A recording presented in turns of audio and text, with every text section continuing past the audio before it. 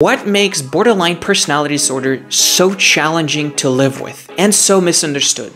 Most people think of BPD as people who are just crazy or people who can't control their behavior. But here's the truth.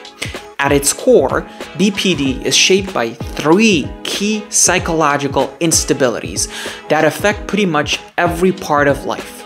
I'm Dave, I'm a psychologist, and in this video, I'll break down these three core traits in a way that's clear, practical, and easy to understand.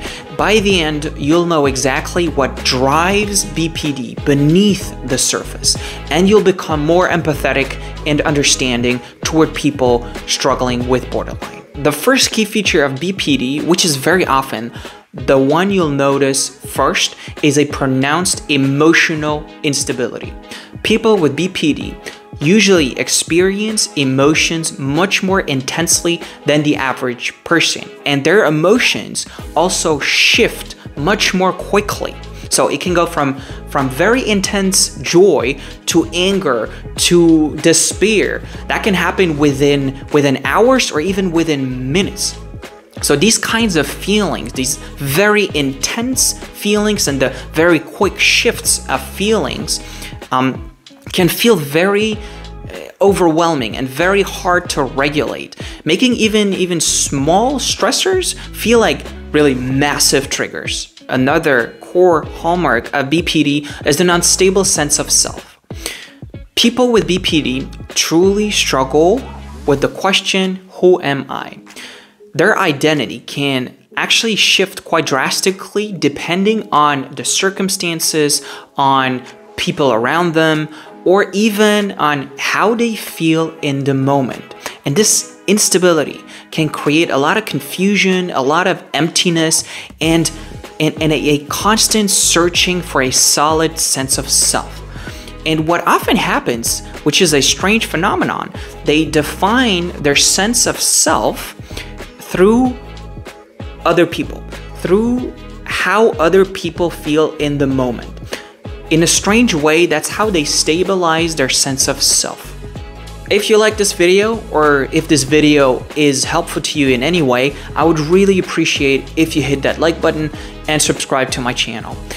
If there are any topics you want me to cover, make sure to drop them in the comments. It helps me give you the content you most want, and it also helps grow the channel. Thank you.